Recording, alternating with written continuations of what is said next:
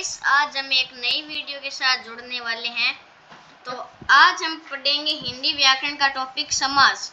तो शुरू करते हैं। अगर आप चैनल पर नए हो तो चैनल को सब्सक्राइब जरूर कर लेना और इस वीडियो को ज़्यादा से ज़्यादा लाइक, शेयर और कमेंट करना, ठीक है। समास का शाब्दिक अर्थ होता है छोटा, संक्षिप्त रूप। समास परस्पर संबंध रखने वाले दो या अथवा अधिक पदों के मेल से उत्पन्न विकार को समास कहते हैं। यानी शब्द को संक्षिप्त करके छोटा बनाया जाता है, विभक्तियों का लोप करके छोटा बनाया जाता है, इसे ही समास कहते हैं। दो शब्दों के मेल से बना पद समस्त पद कहलाता है। समस्त पद किसे कहते हैं? दो शब्दों के मेल से बना पद समस्त पद कहलाता है। समस्त पद का पहला पद पूर्व पद कहलाता है, समस्त पद का तथा दूसरा पद उत्तर पद कहलाता है। समझ में आ गया? और समस्त पद का विग्रह समास विग्रह कहलाता है। विग्रह समास विग्रह कहलाता है। जैसे सर्व प्रिय, सब को प्रिय, कष्ट साध्य, कष्ट से साध्य, यथा संभव, जितना संभव हो सके, यथा विधि, विधि के अनुसार, भरसक, पूरी शक्ति से, नीलकंठ, नीला है कंठ जिसका, नील गाय, नीली है जो गाय। समास के चार भेद होते हैं: तत्पुरुष समास, द्वंद्व समास, अविभाव समास, बहुब्रीहि समास। तथा तत्पुरुष समास के दो उपभेद होते हैं: कर्मधारय तत्पुरुष समास तथा द्विगु तत्पुरुष समास। इनको समास का ही रूप माना जाता है। समास तत्पुरुष समास, अविभाव समास, बहुब्रीहि समास, द्वंद्व समास। तत्पुरुष के ये उपभेद, अन्य भेद और कर्म तत्पुरुष, करण तत्पुरुष, संप्रदान तत्पुरुष, अपादान तत्पुरुष, संबंध तत्पुरुष, अधिकरण तत्पुरुष। उपभेद है कर्मधारय और द्विगु समास। अन्य भेद है नच, अल्लुक, मध्यम, उपपद, पपद, लोपी इत्यादि। यह कर्ता ने कर्म को करण से, संप्रदान के लिए अपादान से, अधिकरण में पर संबंध से, ये सारे तत्पुरुष समास से संबंधित है। तत्पुरुष समास पहले पढ़ते हैं। वह समास जिसका दूसरा उत्तर पद प्रधान हो तथा पहला पद गौण हो उसे तत्पुरुष समास कहते हैं। इसकी पहचान क्या है? इसे विग्रह करते समय कारक चिन्हों का प्रयोग किया जाता है। इसके जोड़ने पर विभक्ति चिन्ह या कारक चिन्ह का लोप हो जाता है। यश प्राप्त, यश को प्राप्त, पद प्राप्त, पद को प्राप्त। अब आगे देखते हैं। तत्पुरुष समास के 6 भेद होते हैं, वो हम आगे पढ़ चुके हैं। कर्म तत्पुरुष, करण तत्पुरुष, संप्रदान, अपादान, संबंध, अधिकरण। कर्म तत्पुरुष समास पहले देख लेते हैं। जहां पूर्व पद में कर्म कारक इसका को, कर्ता ने कर्म को, इसका चिन्ह को का लोप हो जाता है, वहां कर्म तत्पुरुष समास होता है, ठीक है। यानी ग्रंथकार, ग्रंथ को रचने वाला, को आ गया ना बीच में, यानी जिनके बीच में को आ जाता है वे संबंधित होते हैं कर्म तत्पुरुष समास से। अब आते हैं करण तत्पुरुष में। करण तत्पुरुष में जहां पूर्व पद में करण कारक की विभक्ति से या के द्वारा लोप हो जाता है वह करण तत्पुरुष समास कहलाता है। यानी जिन वाक्य के शब्दों के बीच में से या के द्वारा आता है तो वहां पर करण तत्पुरुष समास हो जाता है, सीधी सादी सिंपल भाषा में।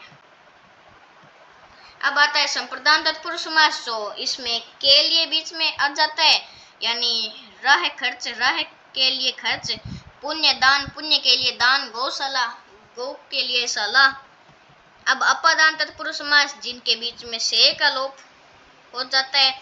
करण में से और के द्वारा दोनों था और अपादान में सिर्फ से का लोप हो रहा है, ये ध्यान रखना जरूरी है। वहां अपादान तत्पुरुष समास होता है। यानी देश निकाला, देश से निकाला, धर्म विमुख, धर्म से विमुख, धर्म भ्रष्ट, धर्म से भ्रष्ट, ठीक है।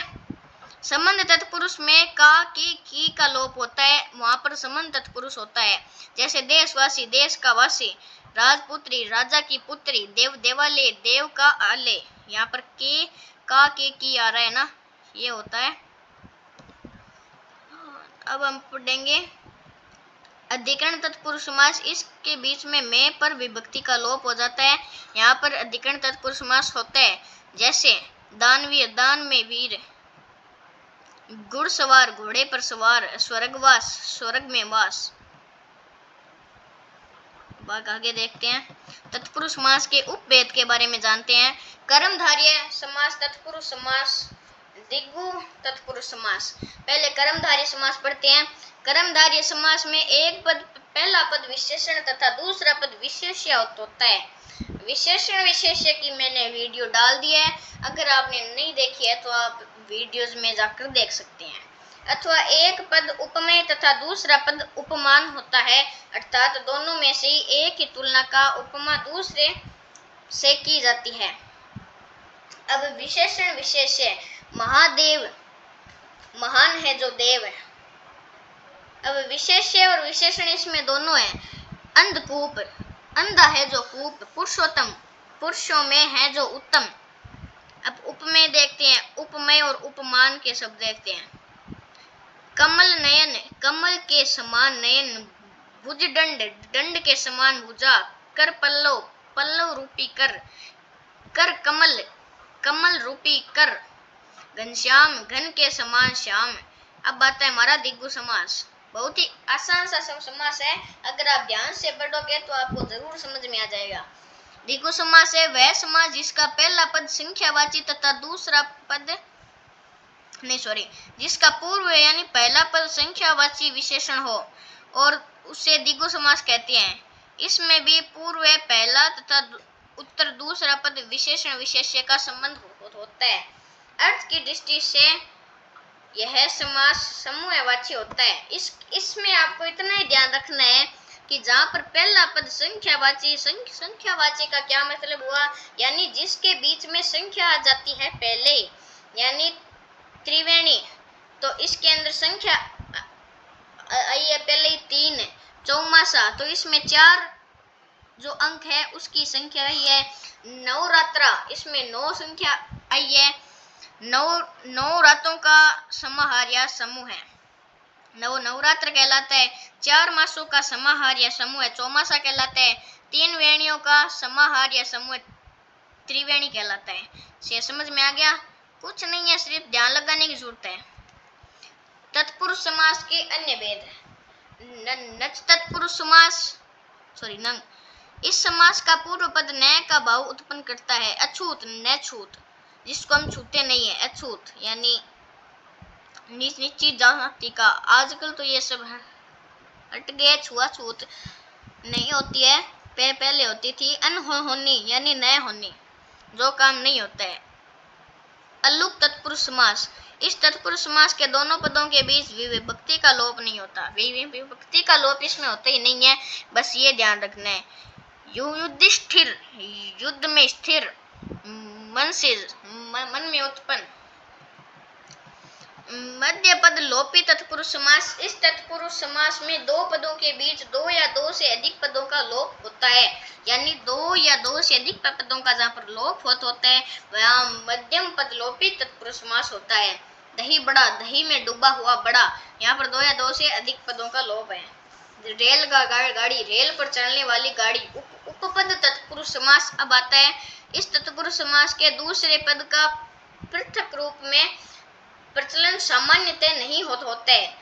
शास्त्रज्ञ, शास्त्र प्लस ज्ञ, शास्त्रों का ज्ञाता। नीर, नीर प्लस द, नीर का दाता। अब आता है द्वंद्व समास।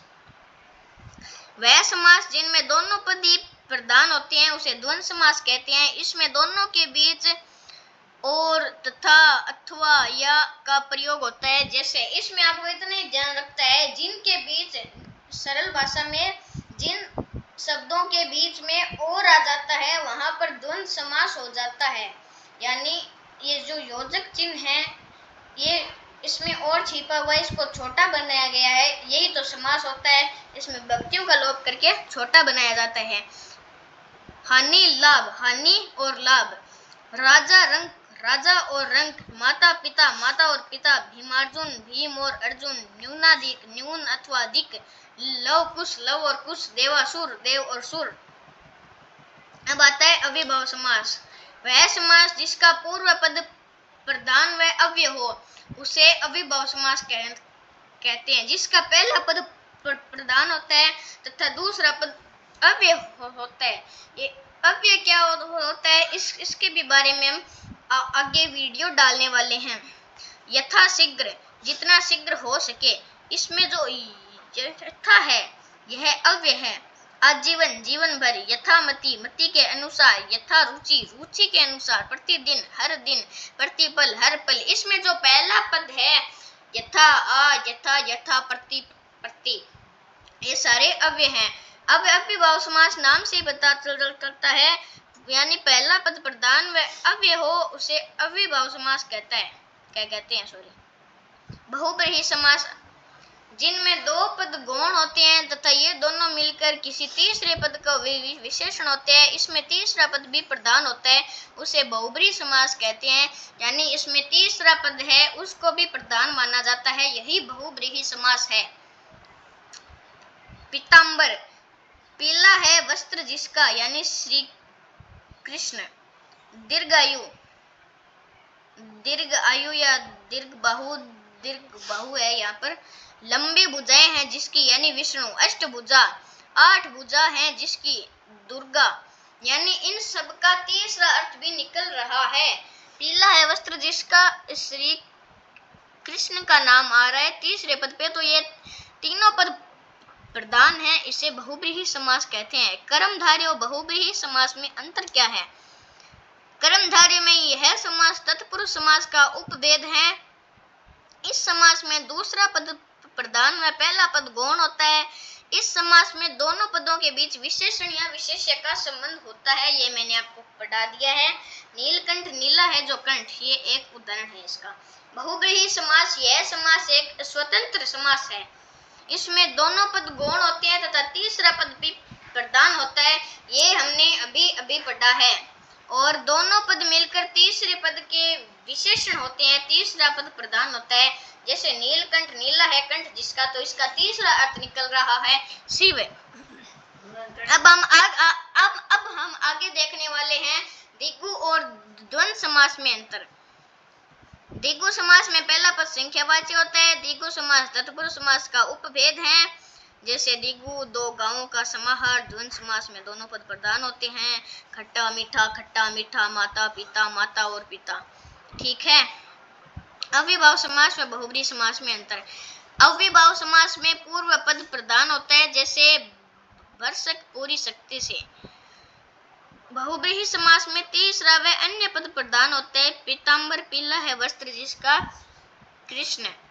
आगे हम एक डायग्राम देखने वाले हैं समास का, इसका आप स्क्रीनशॉट ले लीजिएगा या फिर इसका आप स्क्रीन रिकॉर्डिंग कर सकते हैं, यह आपके काम आएगा। फिलहाल इसमें जो चीज़ है वो हम पढ़ चुके हैं। अगर आपको ये वीडियो पसंद आया हो तो चैनल को लाइक, सब्सक्राइब ज़रूर करिएगा और शेयर करिएगा, कमेंट करना मत भूलिएगा। ठीक है, बाय।